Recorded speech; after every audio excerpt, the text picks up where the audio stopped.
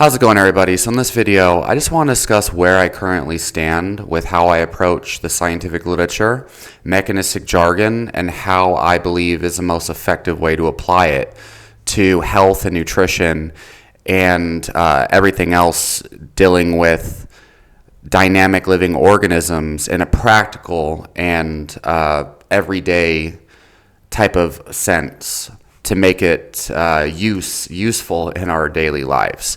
It is actually a very nuanced topic to tackle. Lots of moving parts, and it gets kind of heated. It's more so epistemology and the philosophy of science rather than science itself, in which I see the problems.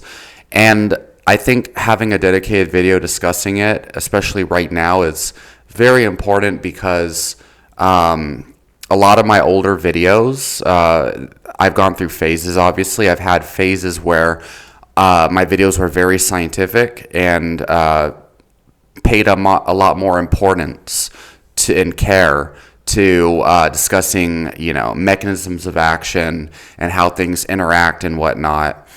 But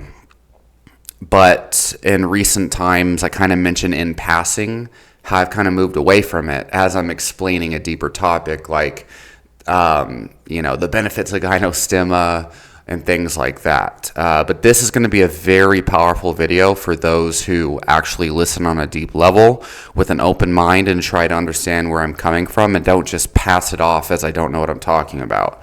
Because I find time and time again when I talk to other professionals, and obviously the average person who's just trying to get healthy, just trying to solve their health problems or whatever, or even solve their training and exercise problems. But things like, understanding disease processes, understanding how supplements work in the body, or even understanding how things like warming up for deadlifts might be, right?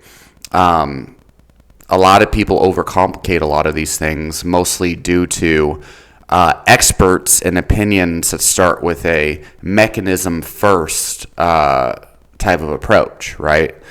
Whereas for me, I used to be all about all of that, but now I recognize the most effective way to do this for practical application is actually start with what works in the real world. Or if I take this supplement, or I do this training protocol, or I eat this nutrition program, what is the most common experiences people actually have in the real world?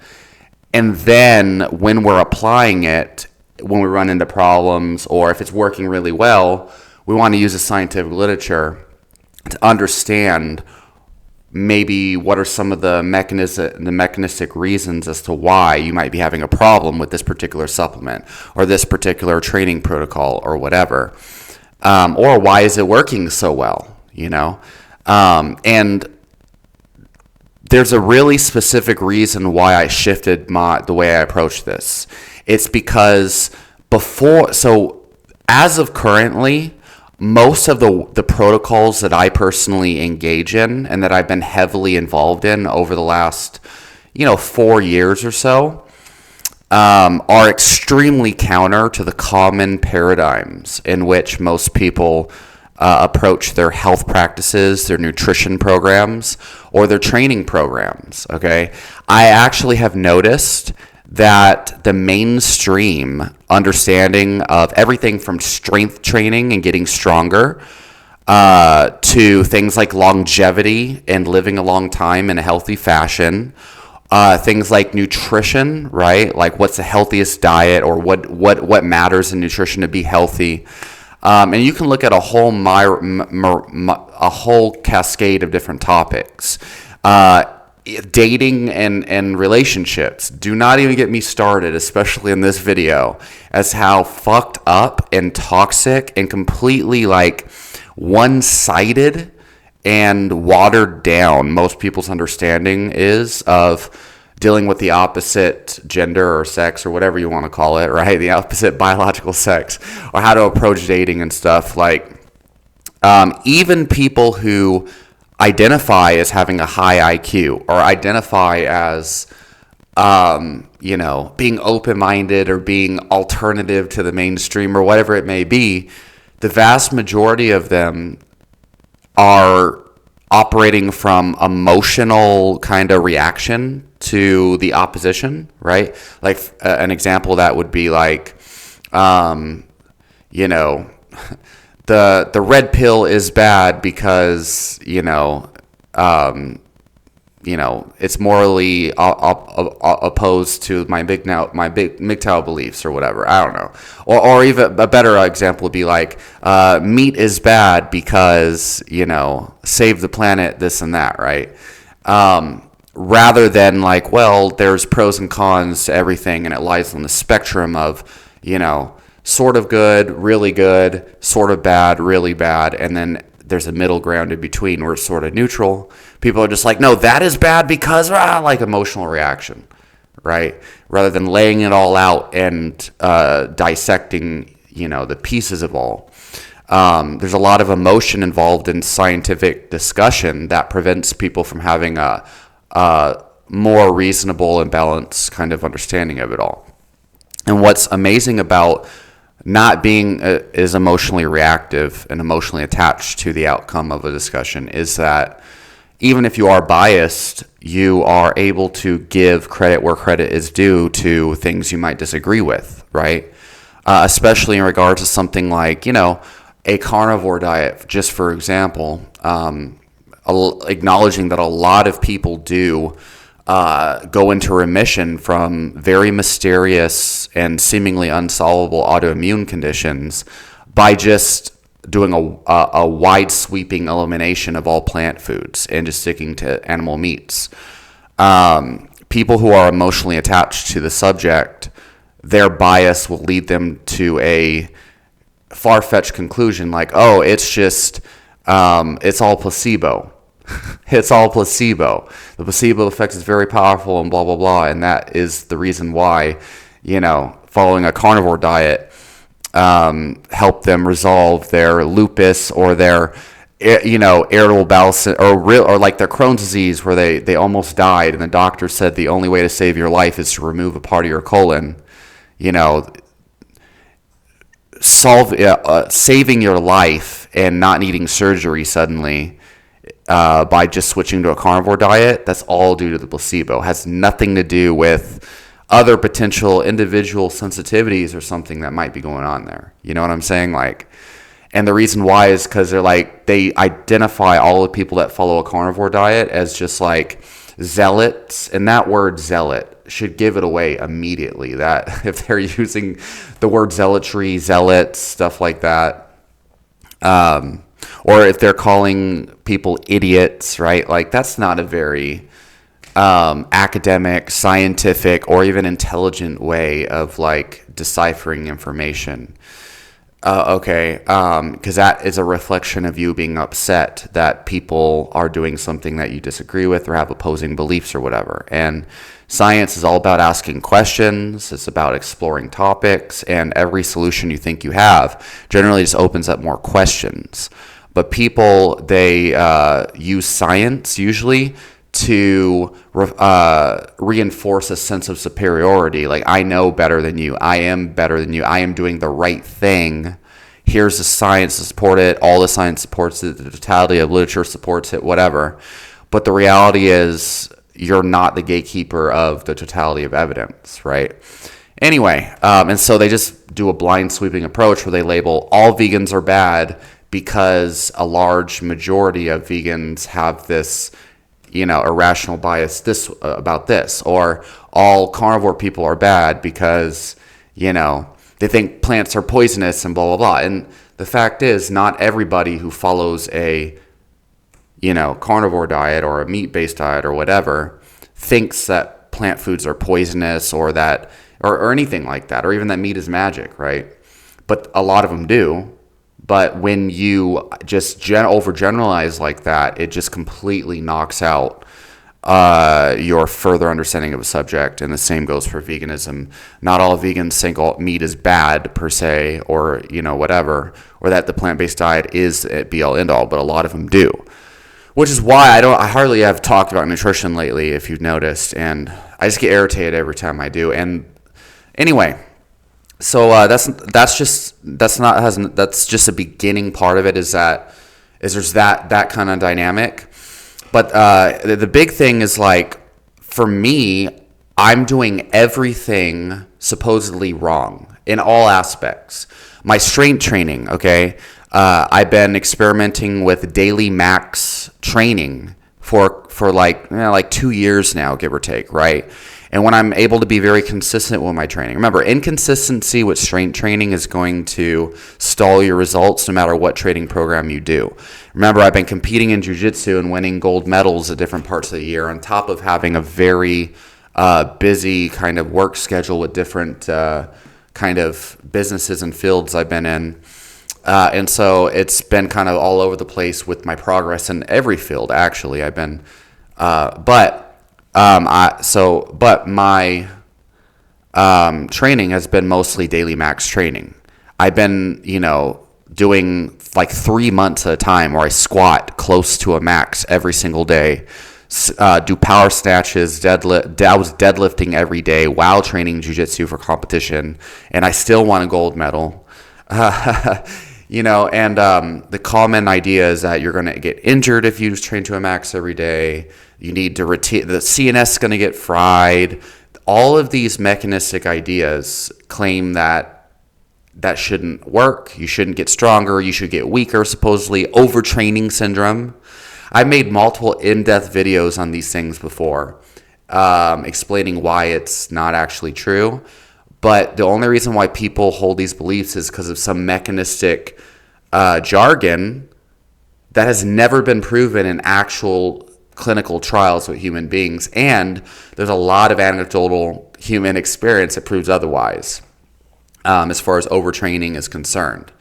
It's such a rare phenomenon that it only happens in the most deepest extremes of marathon athletes who are cutting calories significantly and doing the highest volumes that they ever do in their training cycle leading into competition. And they're basically starving themselves while running like hundreds of miles a week to get as light as they can to run as fast as they can during their performance in their marathon.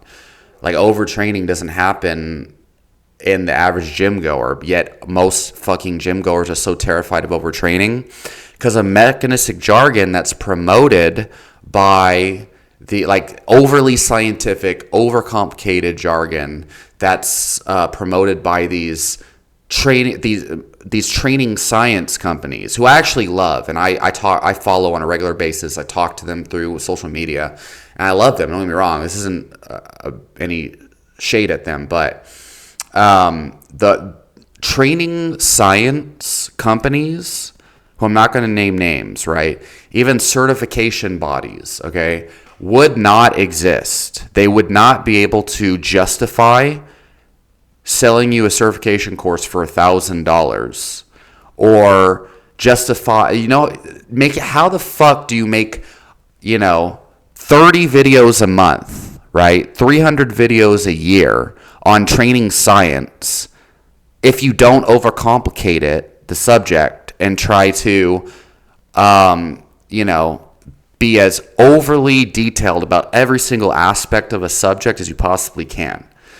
This is the same kind of reason why a lot of magazines on things like nutrition or training, right, like bodybuilding magazines and crap like that, are commonly talked down upon. Lots of so-called bro science in them. How the fuck are you able to make a magazine with new, fresh content that makes people want to constantly buy new stuff, a new magazine, and subscribe to your content over and over again every single month? You can't have a monthly magazine without always having new ideas. But the thing is, the fundamental basics of what actually works does not change. But if magazine companies or these big science companies were able to, would just pump out a video every day saying, look, all you need to do is, train hard, train close to failure, 10 to 20 sets per week, per muscle group per week or whatever, get enough protein, and then make sure you sleep enough to where you don't feel like ass the next day, you're going to make progress no matter what. They can't just say that. That's like the basic fundamentals supported by most of the evidence. They got to go super deep into overtraining and all this other crap, which I think is valid, but it's not worth spending hours of your day every fucking day, getting super deep into it. Anyway, where was I going with that? But that's kind of like the practical application of it. You see, of the training, right? And the thing is, there's so many methods that work in regards to like exercise training, let's say, right? Or training for strength, and having a specific goal is important, right? But people get so caught up in all these things like overtraining syndrome, recovering your CNS. They see somebody like me who's like squatting to a max, and then if I'm not making progress, I add a little bit more sets. I add back down sets for those who understand powerlifting lingo, right? It's not that hard. I have a basic model in how I see training, and I consistently do the same thing with the same principles every day, right? As long as I'm training in the right intensity threshold, right? 80% of my 1 rep max and higher, and I'm only doing enough volume to improve, but not overdo myself every day, I can train to a max. And when I say a max, I mean just at least a single rep, 90% and above of my 1 rep max. Sometimes hitting a PR on days I feel good. But people are like, oh my God, like, aren't you afraid of overtraining? You can't train legs every day. It's like, motherfucker, if I can't train legs every day, how do you explain, our ancestors walking every single day 50 miles or more to get food in the desert and shit or whatever? How do you justify like construction workers working every day? And the list goes on and on. And of course they only get deeper. Like, well, but like we're training for muscular hypertrophy. We're training, for these adaptations. But they have such a one-sided and narrow view of things due to reductionism is what we're talking about here. The reductionist understanding of how things work. But you got to break down muscle fibers, and local muscular fatigue has to fade, and yada yada. You can't get a high quality contraction the next day, and blah blah blah. Not understanding how adaptation actually works over time. So anyway, a whole separate video has to be made on that subject to explain the deeper scientific mechanisms as to why my approach works, and why the overtraining idea and the only train muscle group once a week kind of thing or whatever is flawed. And actually, and to let you all know, the scientific literature as it stands now, for those who are up to date, actually supports the more volume you do, the better results you get. And that even up to 52 sets a week actually per muscle group, training to failure or close to it, actually still produces more results, even though those results get less and less with the more sets you do over time.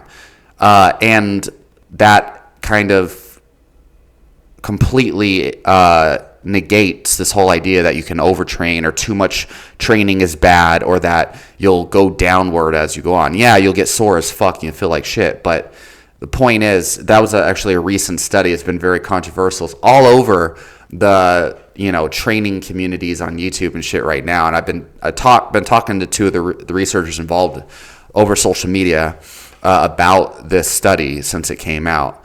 And so anyway, point is, for years, for decades, it was seen that there's such thing as junk volume, and you're not able to do more than like 10 sets a week, or you'll overtrain, or it won't, it'll just be extra shit that you don't need, and it's junk volume and not contributing to your results. Well, now it's actually been shown that, and there was all this mechanistic data to support it, like, the central nervous system can only handle so much and needs like 48 hours of recovery, and whatever.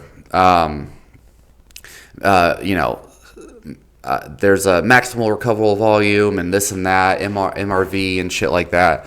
All sorts of crazy jargon. And I mean, not to say that it's irrational or not relevant. It's just that in practical application, most people have not trained according to that, those scientific principles have gotten amazing results no matter what.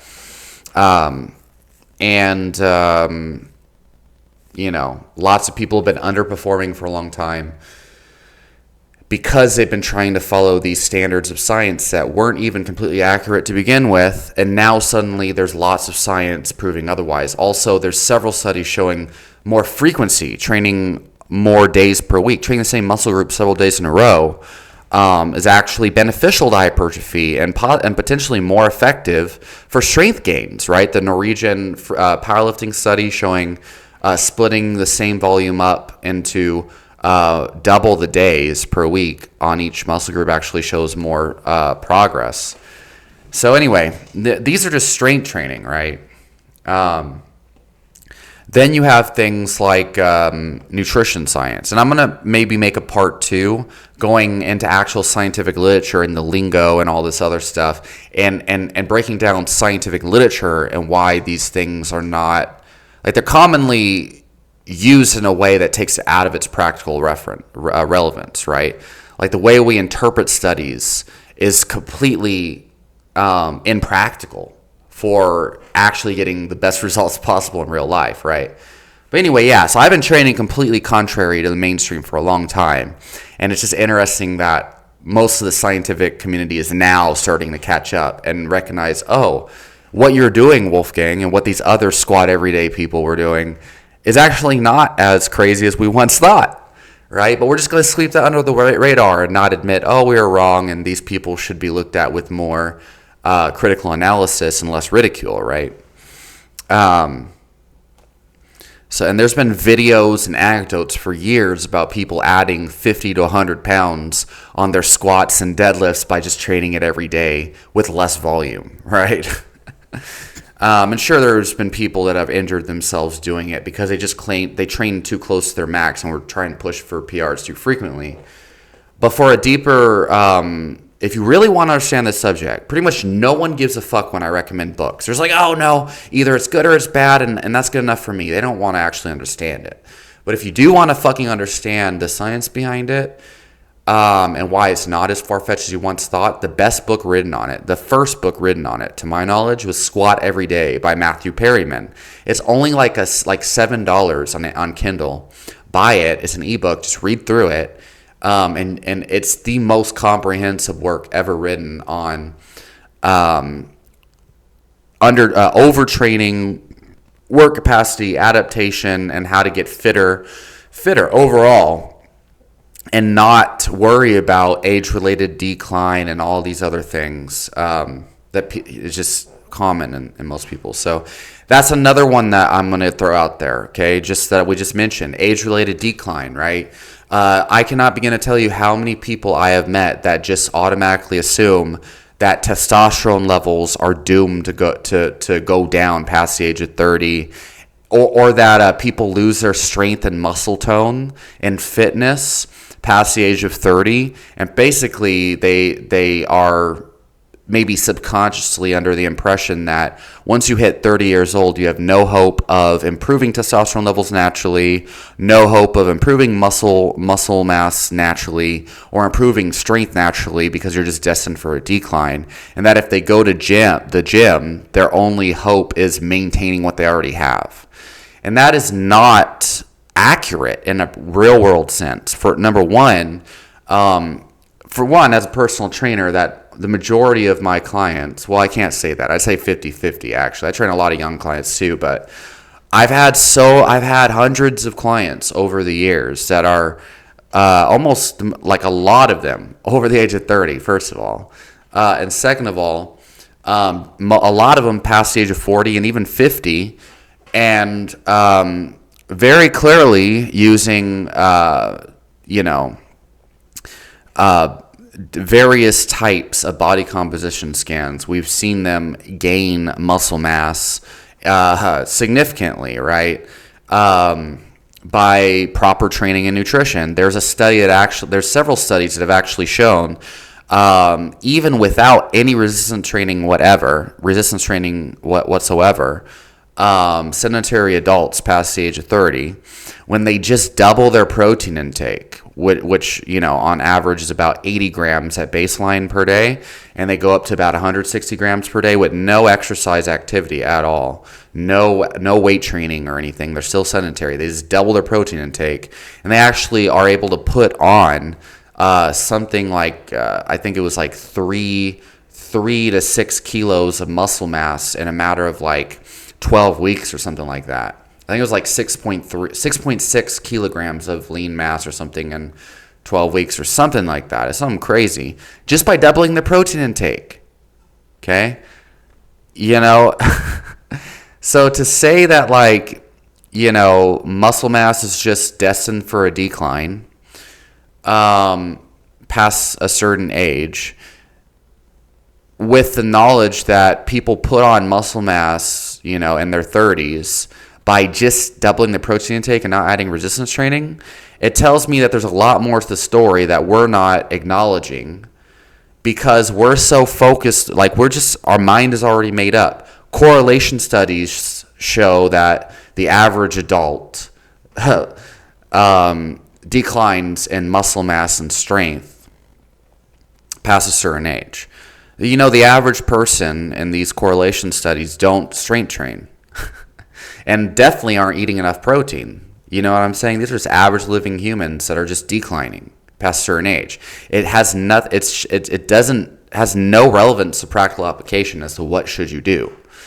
It just shows you the average person is unhealthy and not living a very good life, basically.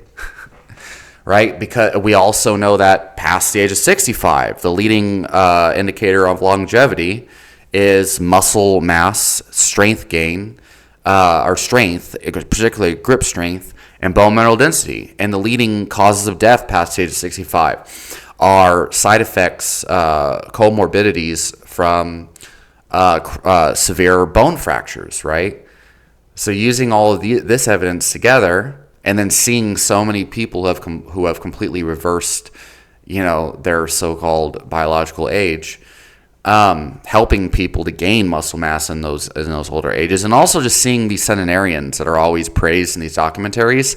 One of the biggest things they all have in common is that they're tending to farms, they're still working, they're they got some kind of hobby that keeps them active, and this is more in the age group of the 60s and above. But if you look at a lot of these kind of mystical, karate masters and stuff, they're training karate, and the Okinawans, karate was a big thing with a lot of these centenarian groups on the island. They're doing these karate katas and other physical rituals every single day. That strengthens bone mineral density and allows them to stay biologically young for a long time. But we don't look at the practical side of things. We're looking at purely, age-related decline, correlations, right? And missing what's actually driving that, okay?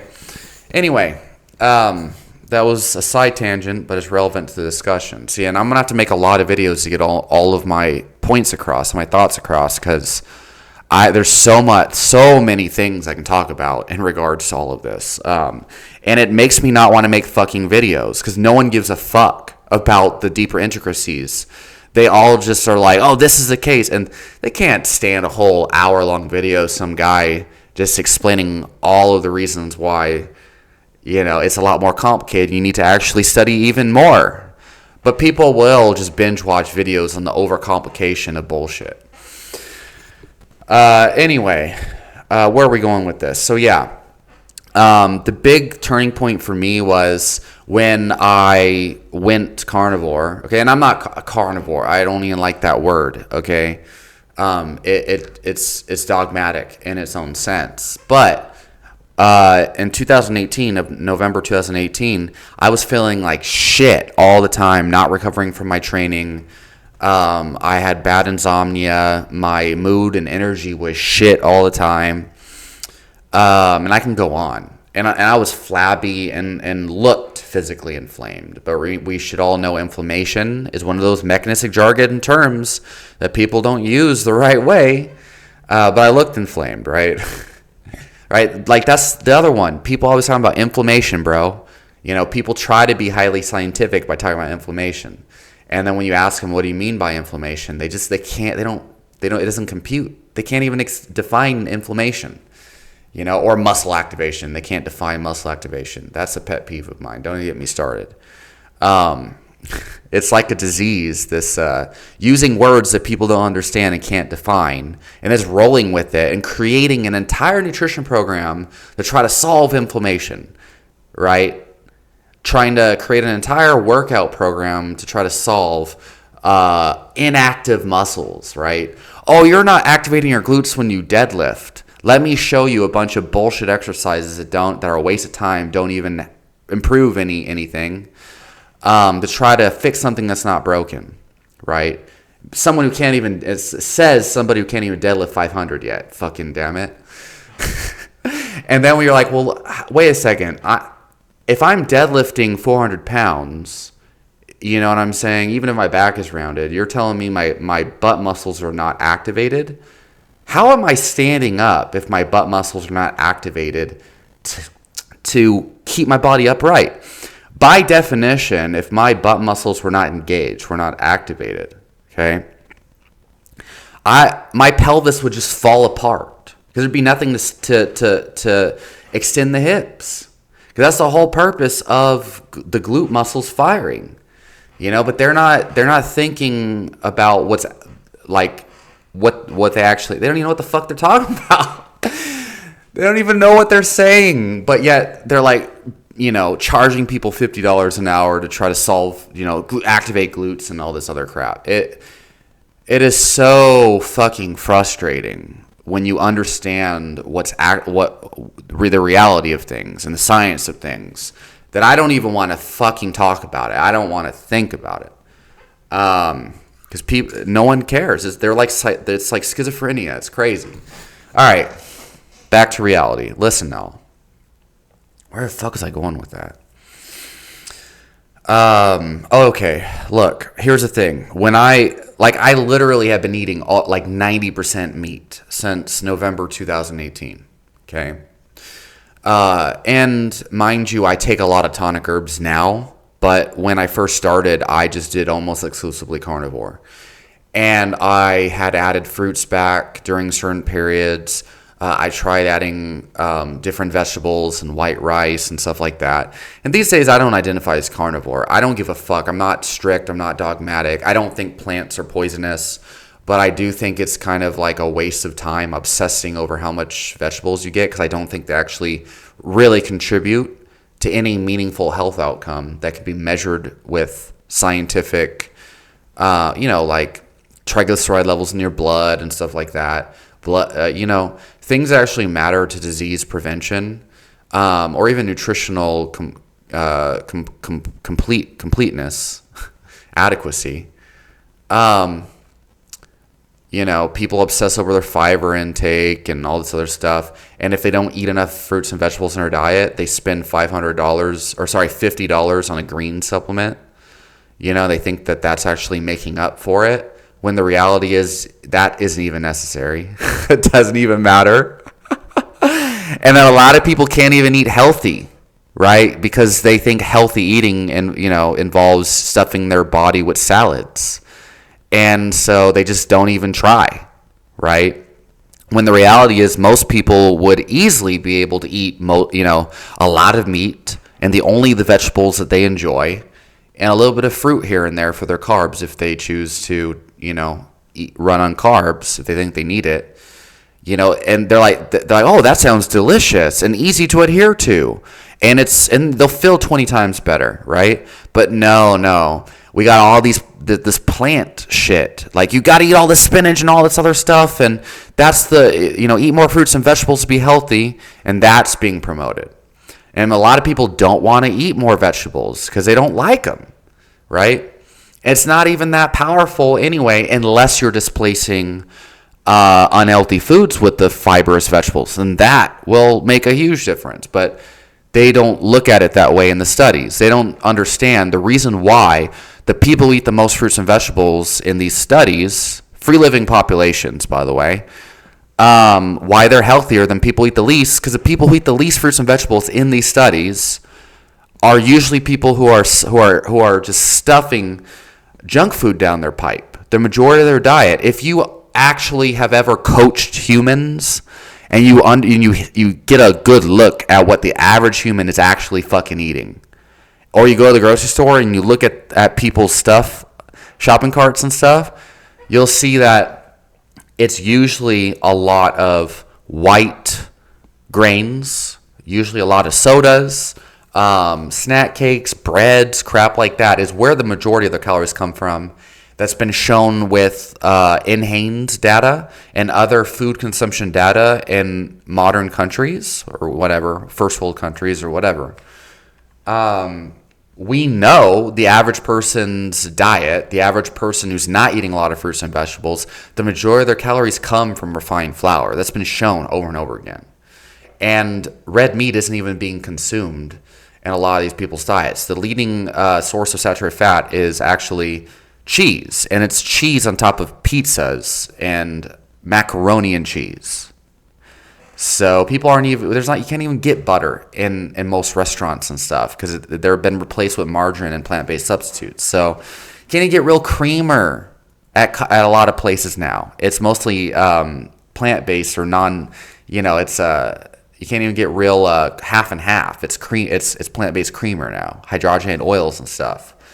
It's vegetable oil based. So anyway, you see, I started to see these things, the practicalness of it all. Most people, who are eating the most fiber in their diet, and the most plants in their diet are not eating as much refined grains and stuff like that. And so that's why you see the healthier outcomes in those things. But so people who just look at scientific studies are only seeing what the conclusion of the study says or what have you. They're not seeing in the real world sense how is this applied or in the context of the study, right? Correlation studies that are done on free living populations not going to translate to people who are trying to be healthy and only in eating a paleo diet or eating a vegan diet, right? It doesn't translate the same way. Right? The average person who just happens to eat a lot of plants, right?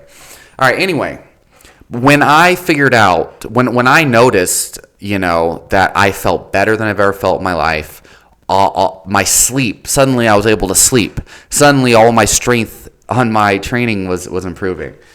And a lot of my autoimmune conditions completely vanished. And I didn't die of scurvy. I didn't have any problems with like going to the restroom or fiber deficiency or any crazy shit like that. Literally no problem. All the problems that people told me was going to happen to me when I did the squat every day to a max. When I noticed, that I didn't have any problems with that. All that happened is I got way stronger training to a max every day, squatting and deadlifting to a max. When I recognized that eating only meat for such a long time and not worrying about fiber, not getting my greens in, not getting vitamin C in. I probably get maybe 10 milligrams of vitamin C a day if I'm even lucky. And I have no symptoms of any of that. I have like immune deficiency, right? If you don't get enough vitamin C, how are you going to produce glutathione and your immune system's going to go down the shitter because you need vitamin C for your immune system. When you're sick, drink this orange juice with a bunch of vitamin C or get all this vitamin C. Bump up your vitamin C intake. I don't do any of that crap. But the first thing people do when they're sick, they go and get zinc tablets. They go and buy vitamin. The whole vitamin C section's completely gone in the supplement section when we have these outbreaks, right? And I have not once gotten any of those outbreaks. Let's just say. I don't want to say, but y'all know what I'm talking about.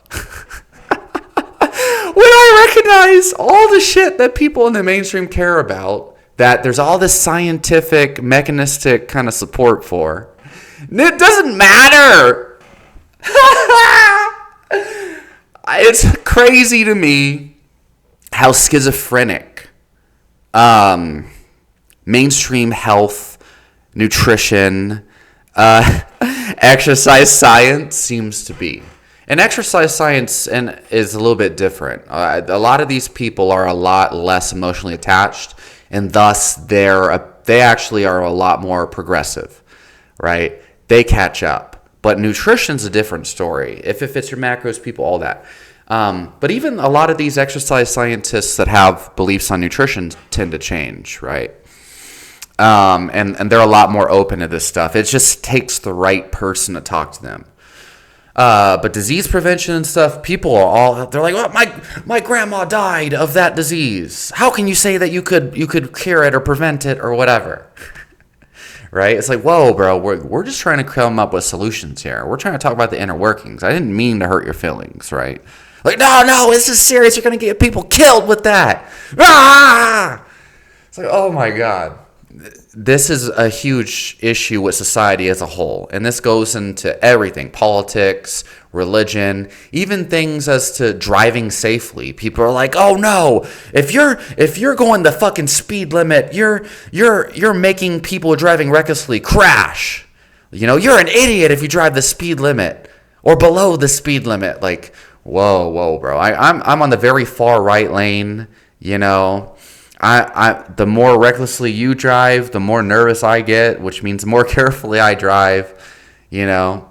Like, no, you need to get off the road then. Like, whoa. That to me is actually my biggest emotional issue, is understanding that most of humans are so emotionally reactive. You know, even people who identify as high IQ, you listen to some of their videos and it's just ranting about things that they can't control, and their perspective on that is even warped by their own bias. I'm like, how the fuck?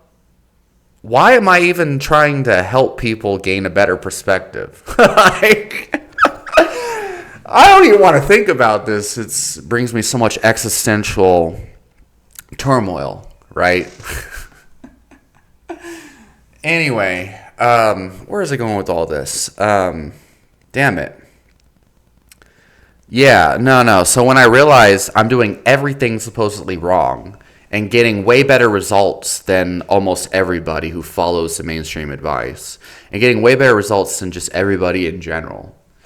First of all, I recognize the whole thing is I'm trying these new things because the mainstream advice didn't work well for me, and because I recognize a lot of these people following mainstream advice weren't getting good results. This actually all started with me as a kid. I don't even want to get into it. I was given a doomsday diagnosis. I noticed a lot of my doctors over time, like, well, they actually don't seem very healthy, mentally or physically, right? And then some of the authority figures who are supposed to be in charge of telling me how to live life, I'm like, wait a second, they're always a little mentally crazy. They're pretty unhealthy mentally and physically, you know? Like, why am I taking advice from these people? And then I start saying, oh shit, society is sick. Society's not so, you know. And now I'm like getting into science because I'm like, well, what is the most effective approach? I'm like, wait a second.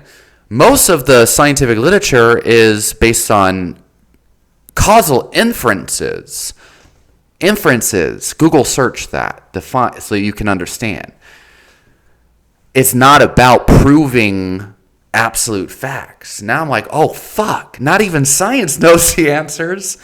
And then I'm like doing the carnivore diet. I'm like, oh fuck, like all of this shit I thought was important about fruits and vegetables and fiber isn't actually important. And there's more to the story than once thought, right? And a lot of this stuff is just to give profit to supplement companies for vitamins and minerals, and then also to drive profits to fortified grain products, cereals that can be told, oh, it's a part of a healthy diet pattern. It's a good source of vitamins and minerals, right? Marketed towards kids. It's pretty fucking evil, actually. The whole vitamin and mineral obsession is so that you can it masquerades these grain products as healthy. So you can think giving your kids these cereals, you're helping them out. And you need Sunny D in your diet. You need orange juice because vitamin C. And all you're doing is giving them all this sugar, refined products. All of this shit's heavily refined, where they have no naturally occurring vitamins, minerals in them. And it's actually one of the biggest sources of nutrition in the mainstream diet, actually, is these fortified products. Vitamin D. A lot of people's vitamin D comes from cereal, actually. People aren't getting iron from red meat anymore. They're getting it from the fortified grain products, right? And you see a lot of these vegan people coming out supplementing vitamin B12 and still struggling with keeping their blood levels of vitamin B12 up for whatever reason. Same thing with vitamin D. There's something going on, I'm noticing, from the vegan communities, who I was vegan for several years. I was plant-based for like 6 years, by the way, until veganism almost killed me. What's new, though? Noticing in these camps, they can't keep their vitamin D levels up in their blood, even though they're supplementing and getting sunlight. Not everyone, but a lot of them came out saying that even with supplementing megadoses of vitamin D, for some reason they couldn't keep their blood levels in the healthy range, couldn't keep their B12 levels in the healthy range, getting B12 shots directly in, for some reason couldn't keep it in the healthy range. And there's all sorts of mechanistic justifications for why these things don't work, right? Which is crazy to me. Like, motherfucker, how about you just see what's actually going on in the practical world, right? People are like, oh, you need a certain amount of fiber because the studies say so. You know, all-cause mortality goes down with high fiber intake, so eat more fiber. But then you're like, wait a second. When you look at the scientific research on Metamucil and supplemental fiber intakes, you don't get the same reduction all-cause mortality. And they're like, well, that's because it's not just fiber, it's the high-fiber foods in the food complex. And like, wait a second, why are you speaking so confidently if you very clearly are admitting it's actually not that simple, right? You can't make absolute guidelines and claim an absolute mechanism, okay, without absolute causal evidence, okay? It's okay to make guidelines, but then just be like, well, we don't actually know what's going on, but this is a safe bet. But instead, calling everyone who says the opposite, oh, you're all idiots for, you need fiber in your diet.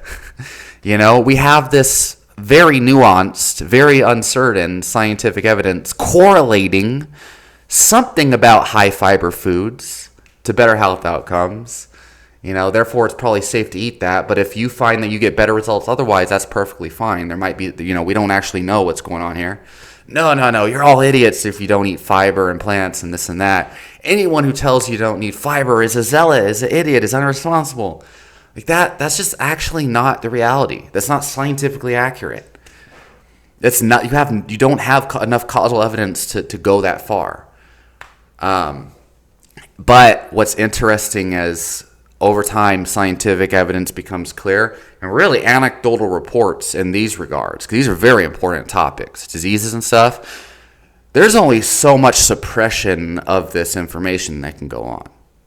It is just too loud, and I think a lot of these people that are heavily emotionally invested and dogmatic and stuff like that, and that calling us zealots and shit like that for questioning the mainstream, they're at first just kind of everyone else who's emotionally triggered, like, I got an autoimmune disease, and I'm doing the best I can eating these high fiber foods, screw you carnivore people or whatever, to tell me that if I just make a simple diet change, I could reverse my disease. Don't you understand? I'm dying and struggling here for you to just, simplify my suffering like that, right?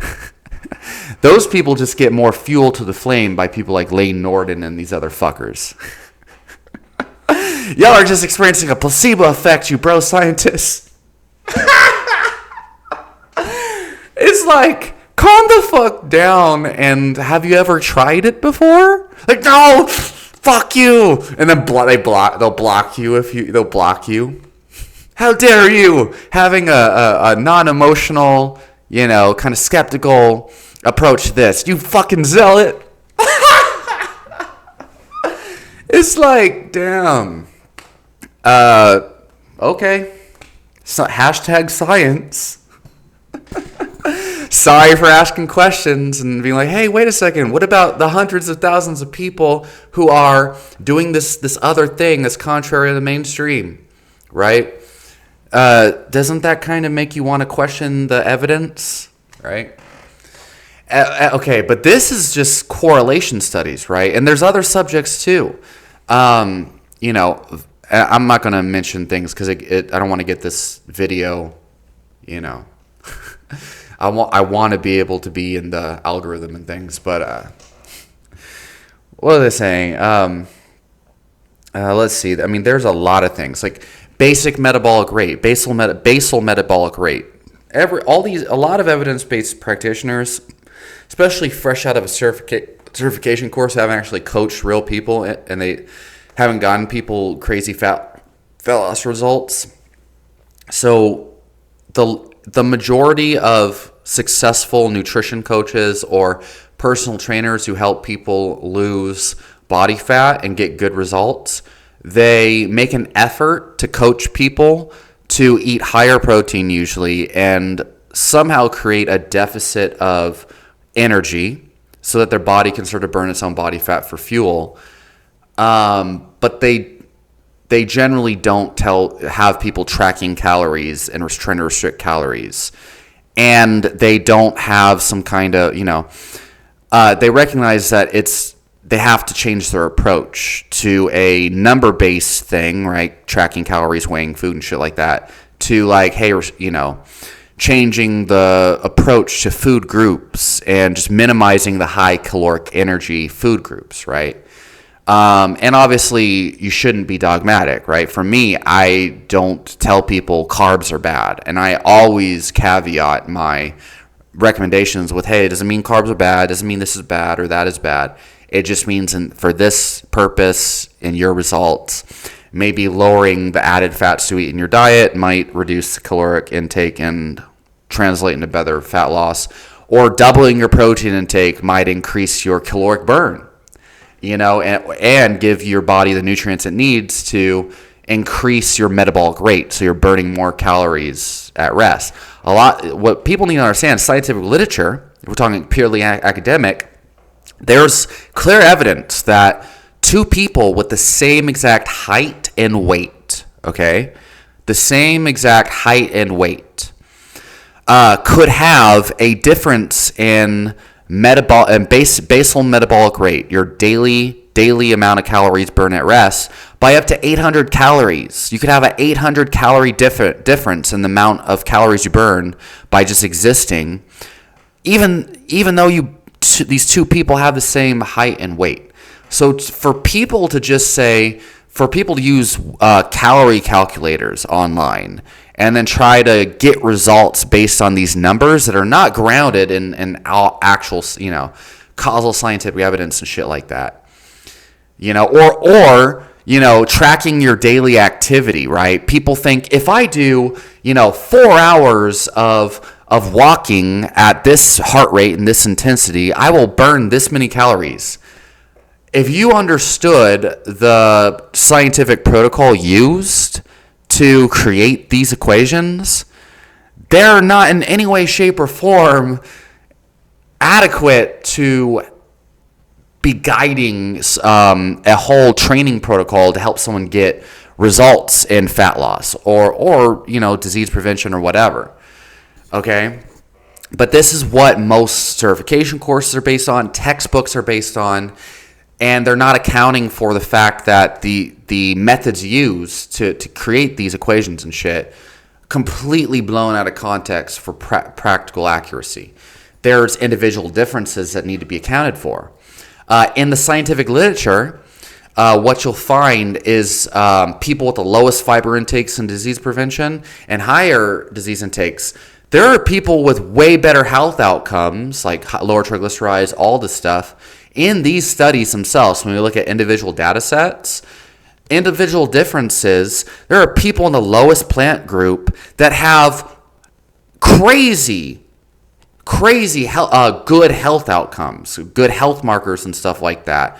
Compared to the highest groups, there's some people with the highest plant-based plant intake in these individual in these intervention studies and things that have really shit health outcomes, but they don't account for individual differences in these studies. They average them all together to get a general recommendation for the study. But when you look at individual data sets in these nutrition studies, you find, well, fuck. There's like a handful of outliers in these studies that completely contradict the conclusions altogether. But where the average human who doesn't understand science and how it's conducted and how we get conclusions of studies, they don't understand how that can happen. They don't understand that it even does happen. They just hear, oh, more plants, better health, meat bad, plant good, or whatever it might be, right? And this goes for everything. Protein good, whatever, low protein bad, or whatever your bias might be. So, and then when you understand the magnitude of effect of certain studies, you understand the difference between relative risk reduction and absolute risk reduction. You're like, why the fuck am I even studying science so obsessively? Why am I reading all of this stuff, Why don't I just do the thing that most humans do, most simple-minded people do, right? What's working for the vast majority of people, then trying that out, right? And then if I'm having problems with that, look towards alternative options, Anyway, I didn't die of scurvy. I don't have all these vitamin deficiencies. I don't have the fiber deficiencies. But all the mainstream people would say that that's the case, that's what you need. And then they have all this mechanistic shit to back that up, right? And strength training, right? And then especially dating. I'm not even going to get into that. But the mainstream kind of paradigm, and it's been changing, right? It's been changing. It used to be you need to be a really nice person, a really good person, and just treat people right. And you'll have a fulfilling, loving relationship and work together and be vulnerable and all this stuff. Okay, that was the mainstream. And that didn't really work for a lot of people because there's a lot more nuance than that. But now the mainstream, and the mainstream, I don't even know where it's actually going, but a lot of people that I know assume that it's the opposite now.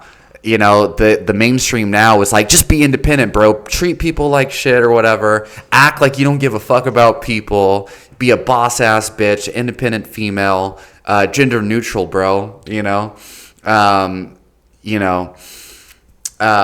Or whatever. If you're a man, like just be alpha as fuck, which is such a stupid term, right? Act like you're not good enough for people. Fake it till you make it. Such a toxic. It's all toxic as fuck. And that shit might work kind of good for some people to get superficial relationships, but obviously never gonna have healthy, fulfilling relationships that way. Anyway, the mainstream paradigm on that shit ain't shit. It ain't gonna get no one nowhere. But like, anytime I make a dating video, there'd be lots of comments, people with the mainstream shit. Oh God, don't get me started on all that. Right? Or the mainstream paradigm now on dating is like, look, if you're a man and you want a good woman, you got to make a lot of money. You got to be you got to have the house down and all that. Women want a guy with money who has his shit straight, who has a good career and all the shit. And that's how you attract a woman. And then if you disagree, it's because you're part of a single household, you never had a dad or some shit. So like I've been told shit like that, and it's like, bro, my dad took me fishing, all this crazy shit. My mom was with him for like 14 years. I'm not going to talk about my mom, but let's just say that a lot of the females that I know, they get with guys that they need to that they're taking care of for some reason. Okay, and I'm not saying that's the way it should be or needs to be, but I'm just saying that I see too many examples of females like being head over heels in love with guys that have no fucking career whatsoever, and if anything, the woman's taking care of them. So, you know what I'm saying? Like, by many guys' standards, they're irresponsible, they're emasculine, they're not like the alpha head of the pack leader or whatever, and they're playing the female role or some shit, right? So anyway, mainstream paradigms on all aspects are completely fucked. And I just went way off topic. I'm not even talking about science now. So anyway, with all of this stuff considered, and there's other things like ketogenic diets and sports performance, right? People get all deep into mechanistic reasons as to why you need carbs around training and shit like that, right? Or you need to be eating protein every couple of hours, or you need to be eating carbs every couple of hours, or carbs around training. And for me, man, I won 2 fucking gold medals eating 1 meal a day. And my average carb intake was under 80 grams of net carbs per day. Most days under 50 grams net carbs per day. Training 3 hours a day of jiu-jitsu and strength training about 1 to 2 hours a week, about 3 times a fucking week. Okay? And you're telling me that that's impossible because of mechanistic jargon that human evolution doesn't fucking support. There's plenty of anecdotal experiences of people doing the exact fucking opposite. Humans never ate. That's a luxury to be able to eat 3 fucking carb meals or protein meals for millions of years without refrigeration and markets. Human beings weren't able to get fruits and carry with them like grains and all this other shit they had to fucking walk miles, run miles, hunting their food and all this other shit, vigorous activity all day, every day for the majority of our evolution. Especially protein meals before refrigeration, we had to heavily salt our meals, where the average salt intake was over 10,000 grams of sodium, not salt, per day. It's more like 40,000 grams per day to get enough protein to fucking survive. And yet we're talking about all this salt's bad for us and stuff like that. Evolution and practical anecdotes of what people are actually doing before we had science, before we had refrigeration, before we had modern luxuries of being able to eat multiple meals a day and shit like that. Humans never did that, and we had optimal performance just fine, working in farms, construction working, hunting and gathering in that era and those populations of people, whatever. It's just, to me, seems very schizophrenic how we're like living under this masquerade, this impression, this masquerade, this weird illusion that, we must get all of these vitamins and minerals to reach the RDA every single day, or else we're going to die of deficiencies. We must eat protein every 3 hours to maximize performance or muscle gain or whatever. We must eat carbs around training and every couple of hours refill glycogen, all this bullshit.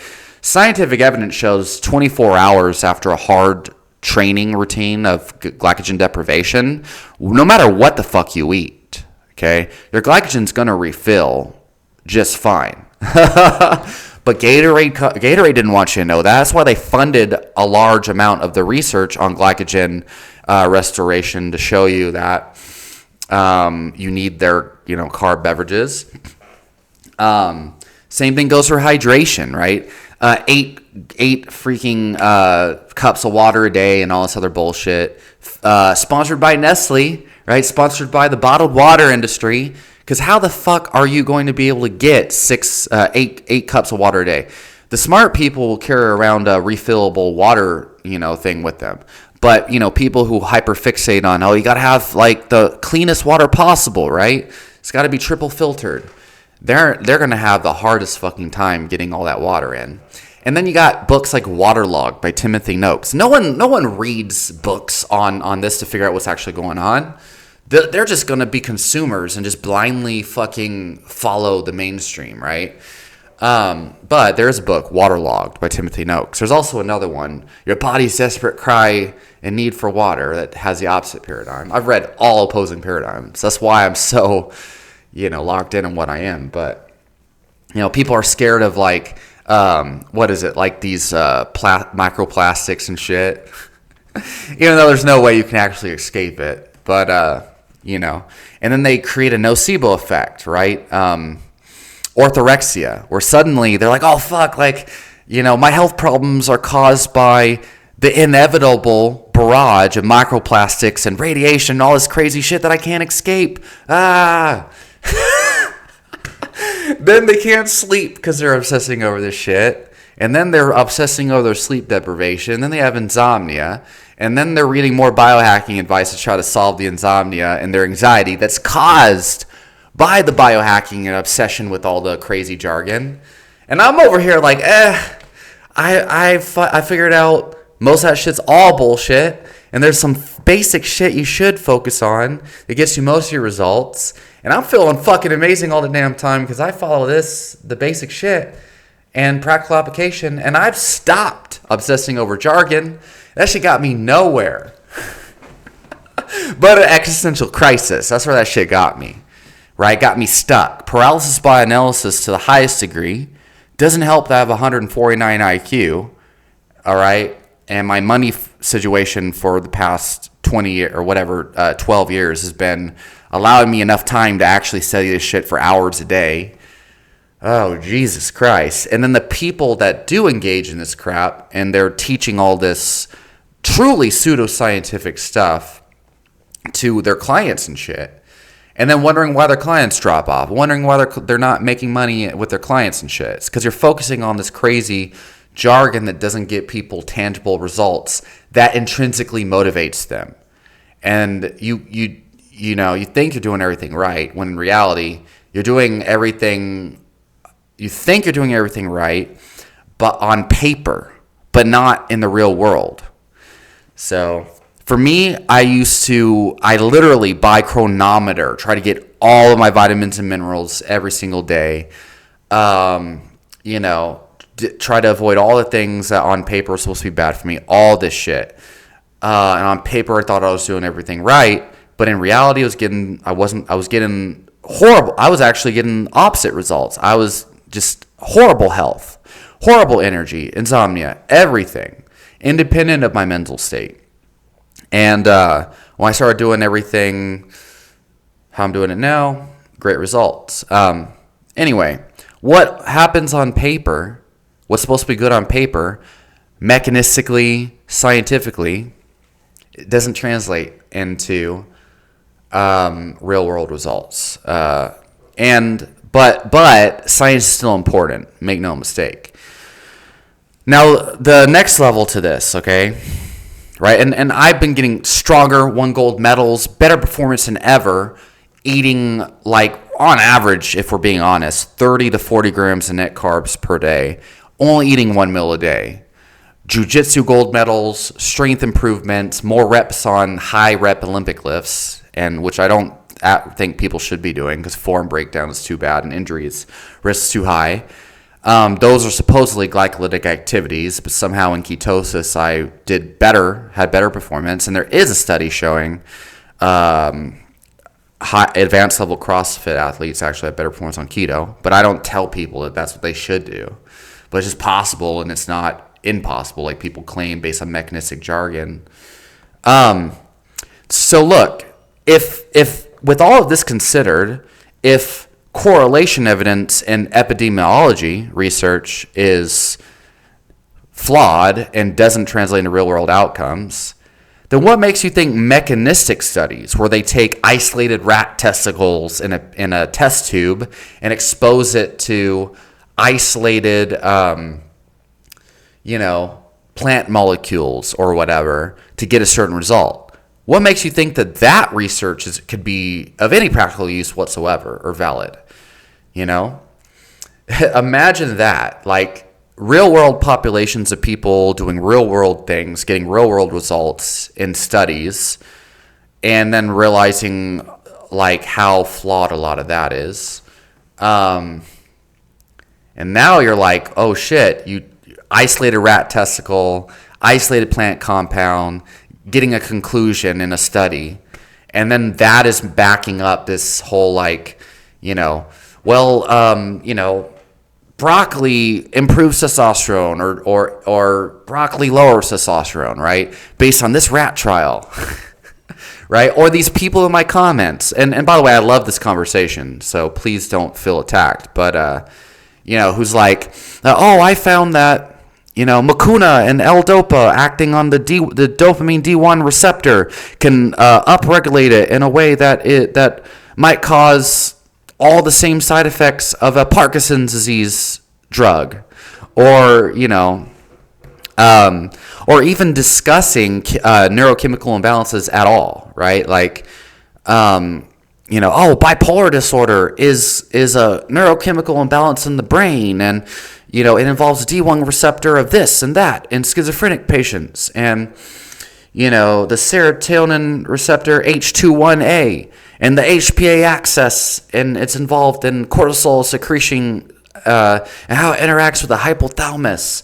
And on brain scans, when you're angry, it lights up a certain brain scan pattern compared to, people who have depression or anxiety has a different brain light up pattern. You see, that means that, so don't just tell me depression's all in my head because it shows a different brain scan result. People have no fucking clue what those scans actually fucking show. They don't give a fuck either about the truth about what they're saying. They just care about, I have a motion problem, and this is my way of justifying how I deal with it. It's like crazy, man. Hopefully you follow on what I just said there, because my brain just goes all over the place on all of these things. There's just so many ways in which it's all reductionism, and it stops people from getting good results. That is a huge reductionism and emotional reactiveness, and then making absolute conclusions, being dogmatic, being biased, and Dunning-Kruger, assuming you know what the fuck you're talking about, and then there's someone like me coming in, just because you've been told all of this stuff by all the people that you've known your whole life, it doesn't mean that it's fucking true. Like, what? No! You're telling me just because a fish has been swimming in a fucking fishbowl of water its entire life, and it thinks that water is necessary for survival, and that's just the way life is? You're telling me that human existence and oxygen, that humans can survive without water? And you're telling me that I'm that fish in a fishbowl? Nah, fuck that. The fish's reality in the fucking fishbowl, relying on water for survival, that's scientifically valid. That's absolute fact. And everything outside that fish's experience doesn't fucking exist. It's a placebo effect. Rah, I'm Lee Norton. Rah. Rah. If it fits your macros, motherfucker, eat Pop-Tarts and be healthy, bitch. Fuck keto. If you won gold medals eating 1 meal a day, okay, and eating on average 30 grams of net carbs a day and no more than 80 grams of net carbs every fucking day, and you won gold medals in a supposedly glycolytic activity,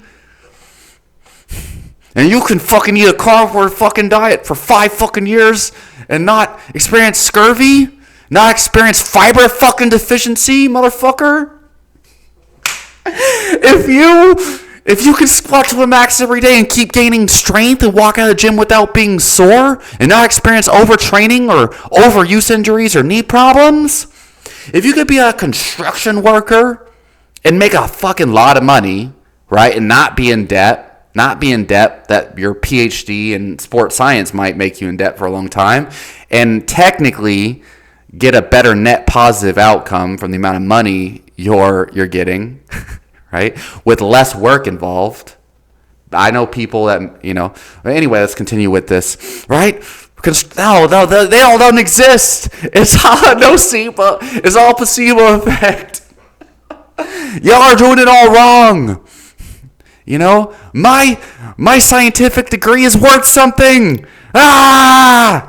And mind you, it is, right? I I'm in college right now to get a degree, but like, I'm being very, was it hyperbole? Is that how you say it?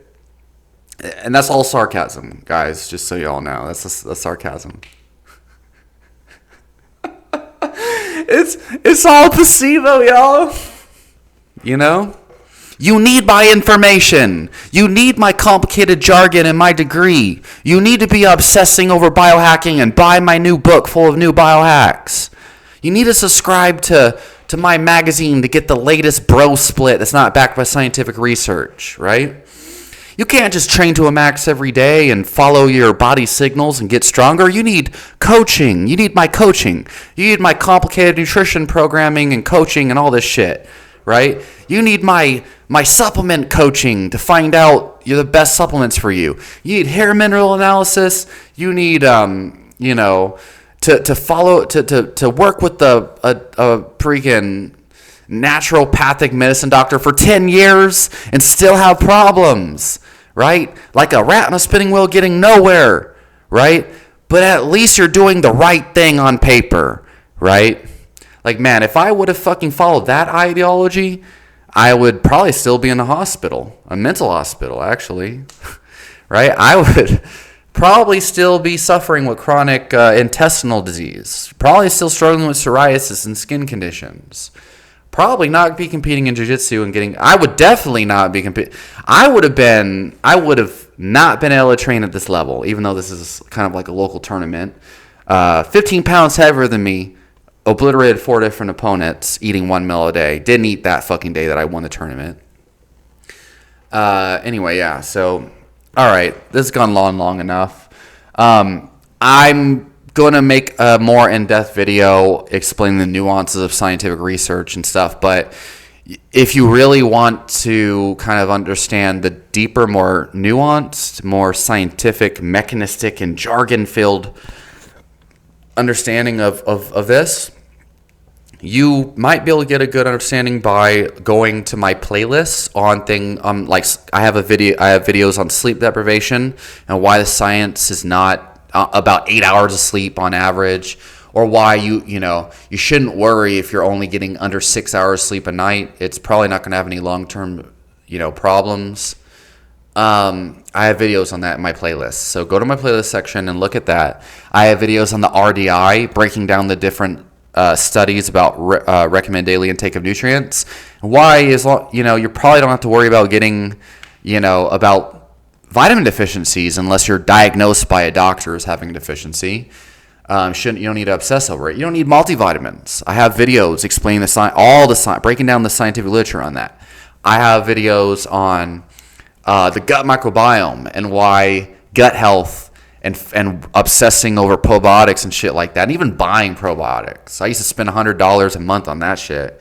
Why that's probably not worth your money, not worth your time, and most of these people who promote that shit are absolute bullshitters, okay? I have videos explaining that on a deep scientific level. Please look at those videos before fucking dismissing me as someone who just doesn't know what I'm talking about. Just because I make things simple and I say, you probably shouldn't worry about the jargon, doesn't mean that you just don't understand the science enough, right? But then again, schizophrenia is a lot more common than people might think. And I have probably more credibility as to being able to discern what is schizophrenia and what's delusional and what's not than most humans, if you understand my own backstory. Anyway, leave a question, comment down below. Let me know what y'all think. Hopefully someone understood what the fuck I'm saying. If you've been able to understand what the points I'm making in this video and truly understand, and if you've been a previous academic too, if you've been into the biology of these things, if you've been into the research of these things, and you've kind of come to where I'm at now, please post down below a comment being like, hey, you're not alone. I also understand how insane these super obsessive how insane reductionism is, really.